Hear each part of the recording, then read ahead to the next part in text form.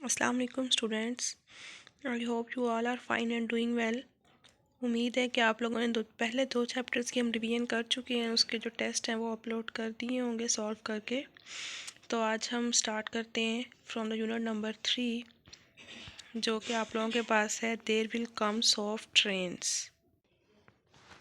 इसमें पोइट जो है वो बात कर रहा है बारिश की कि बारिश होगी।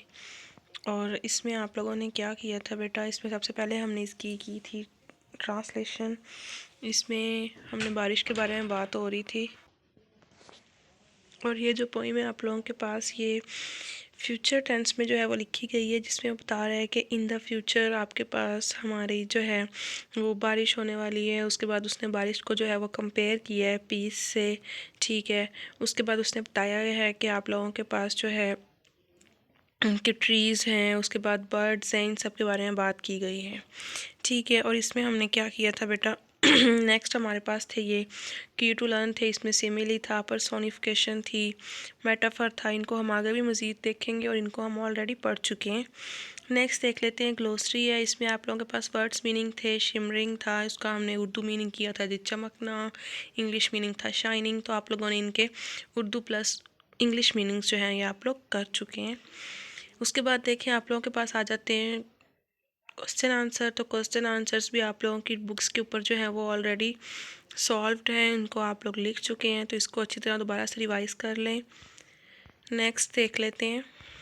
नेक्स्ट बेटा आप लोगों के पास एक डायलॉग है, ये भी टू फ्रेंड्स के दरमियान में है। एक छतरी के बारे में है कि उसने कहा है कि बारिश की बात हो रही है, उसके बाद और फिर उन्होंने जो है वो फूड को डिस्कस की है।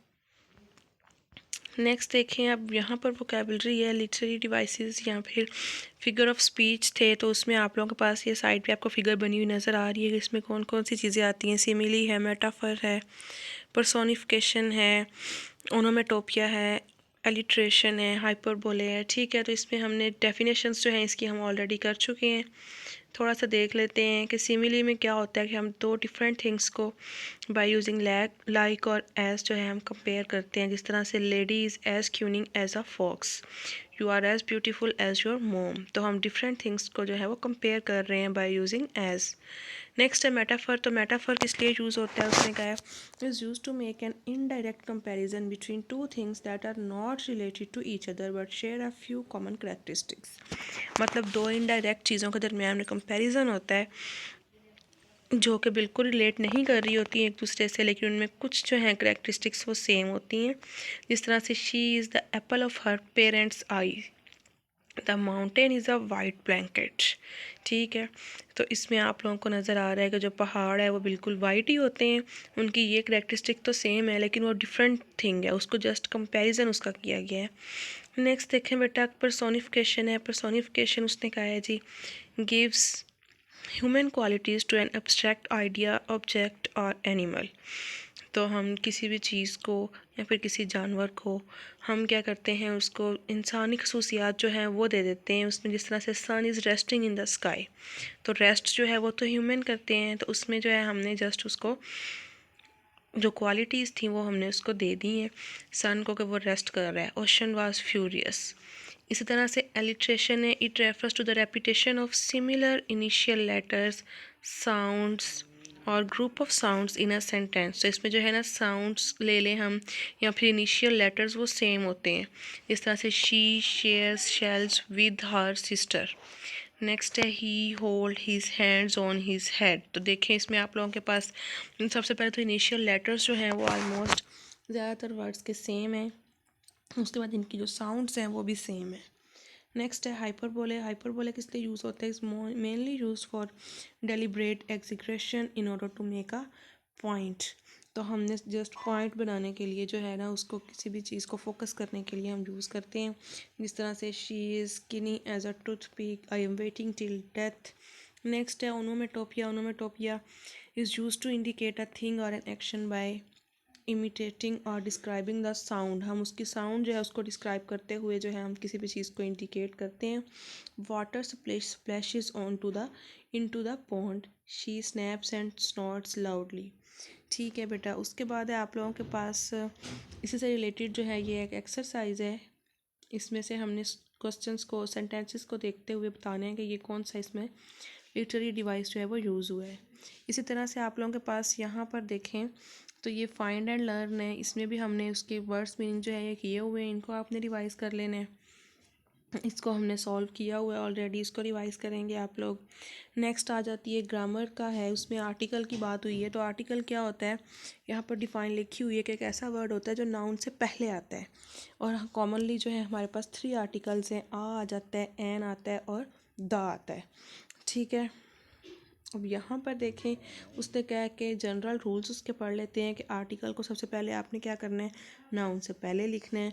फिर प्लेस द आर्टिकल एडजेक्टिव से पहले जब आपने लिखना है, तो जब नाउन जो है उसको हम चेंज करेंगे बाय द एडजेक्टिव। ठीक है, जिस तरह से यहाँ लिखा हुआ है the big building an ideal place, इस तरह से। Do not add an article when noun has a possessive word, जब नाउन के साथ ऑलरेडी पोसेसिव वर्ड यूज़ हुए हों, जिस तरह से माई, हिज, हर एट्सेट्रा, तो हमने उसके साथ आर्टिकल यूज़ नहीं करना। जिस तरह से माई ग्लासेस, हर बुक। नेक्स्ट वो कह रहा है कि आपके पास जो है 2 टाइप्स हैं आर्टिकल्स की, एक है डेफिनेट आर्टिकल जिसमें द आता है, और द इनडेफिनेट आर्टिकल्स हैं आ और एन आते हैं। ठीक है, द किस लिए यूज़ होता है, स्पेसिफाई करने के लिए किसी भी जगह को, किसी शख्स को या फिर चीज़ को। और आ और एन जो है ये हमें पता है कि सिंगुलर काउंटेबल नाउन से पहले यूज़ होते हैं। ठीक है, अब इसमें उसने कहा इंडेफिनेट आर्टिकल्स हैं, तो उसने बताया हुआ है कि हम आ कहाँ पे यूज़ करते हैं, before singular noun beginning with a consonant sound. हमें पता है कि आ जो है वो वहीं पर आता है जहाँ पर हम कॉन्सोनेंट साउंड यूज़ जो है ना आप लोगों के पास लेटर होते हैं, और हम इसको जो है उसके लिए भी यूज़ कर रहे होते हैं किसी भी चीज़ को फर्स्ट टाइम इंट्रोड्यूस करवाने के लिए। ठीक है, नेक्स्ट है कि एन हम वॉवल साउंड के साथ यूज़ करते हैं, जिस तरह से टॉर्टॉइस, लेड एंड एग। और किस लिए यूज़ होता है कि साइलेंट कॉन्सोनेंट लेटर्स जो हैं उनको भी जब स्टार्ट होते हैं तो उसमें जो आवाज़ होती है वो तो हमारे पास वॉवल वर्ड्स की होती है, तो इसलिए हम उसके अंदर एन यूज़ करते हैं।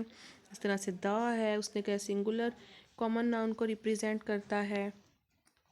नेक्स्ट भी इसके कुछ रूल्स हैं, उनको हमने देख लेना है। और उसके बाद जो थी ये हमारे पास एक्सरसाइज थी जिसमें 3 वाली, fill in the blanks with articles that,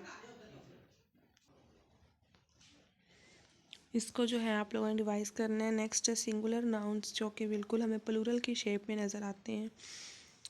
तो इसमें सेंटेंसेस हैं और हमने चेक किया कि सिंगुलर नाउन्स जो हैं जो दिखते क्या है, प्लूरल दिखते हैं। जिस तरह से statistics is not my favourite subject, तो स्टैटिस्टिक्स जो है ये प्लूरल नहीं है, ये सब्जेक्ट का नेम है, तो ये सिंगुलर है, तो ऐसा आ गया है। जिस तरह से मैथमेटिक्स है, ठीक है, what is the latest new, अब न्यू जो है ये हमारे पास क्या है, ये प्लूरल नज़र आ रहा है लेकिन एक्चुअली ये सिंगुलर है। ठीक है, न्यूज़ यहाँ पर आना था। Physics is not the easiest all subjects, तो यहाँ पर भी जो है हमारे पास सब्जेक्ट के बारे में बात हो रही है। नेक्स्ट है कि नाउन्स जिनकी प्लूरल फॉर्म ही होती है वो सिंगुलर में यूज़ नहीं होते, जिस तरह से हैं यहाँ पर jeans, sunglasses, trousers, shoes ले लें, स्टेयर्स ले लें, तो ये हमारे पास जो है प्लूरल फॉर्म में यूज़ होते हैं।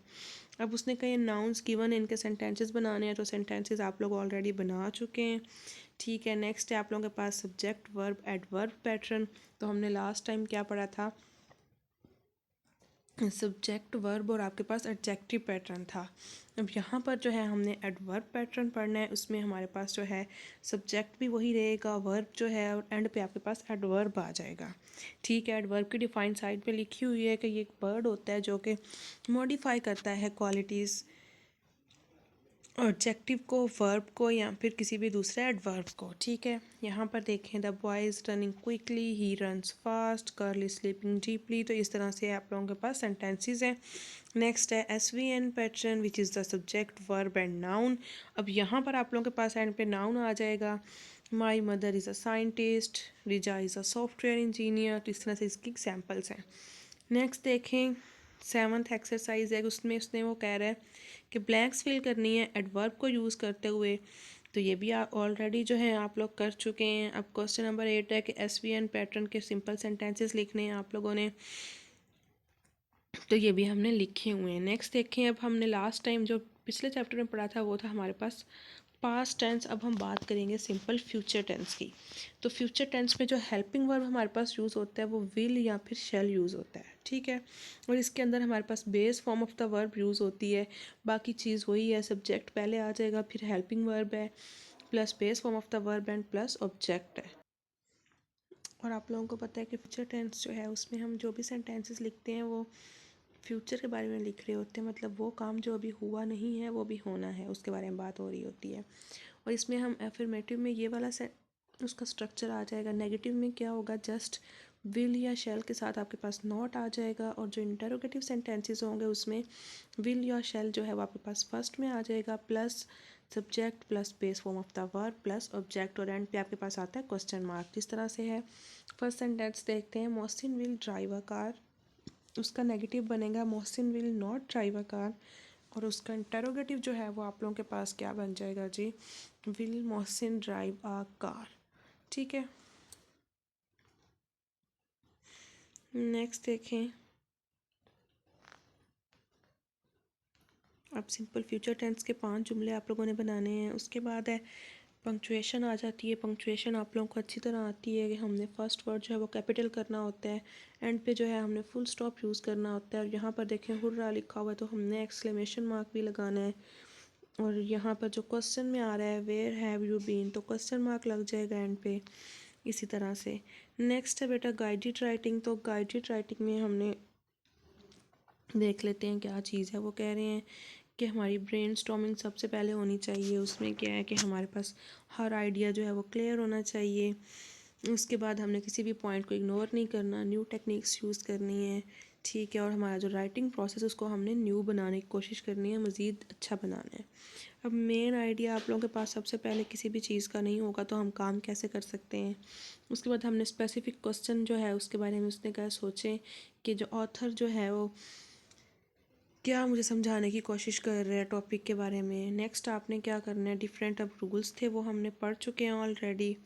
अब इसी को यूज़ करते हुए उसने कई वाली पोइम पढ़े और इसको हमने मेन आइडिया या थीम जो है वो हमने बताना था।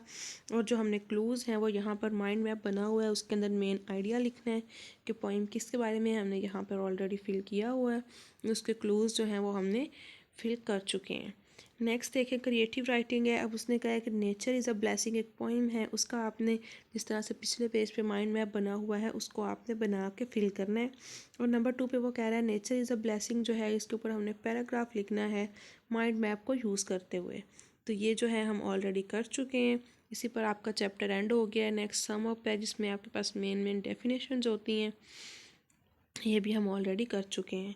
अब आपके पास जो इस चैप्टर का टेस्ट है वो अपलोड हो चुका है बेटे उसके ऊपर KPS चैनल के ऊपर, तो आप वहाँ से देख के इस चैप्टर को अच्छी तरह रिवाइज़ करने के बाद उसको सॉल्व करके KPS के पोर्टल पे अपलोड करेंगे। ओके बेटा, stay safe and fee Aman Allah.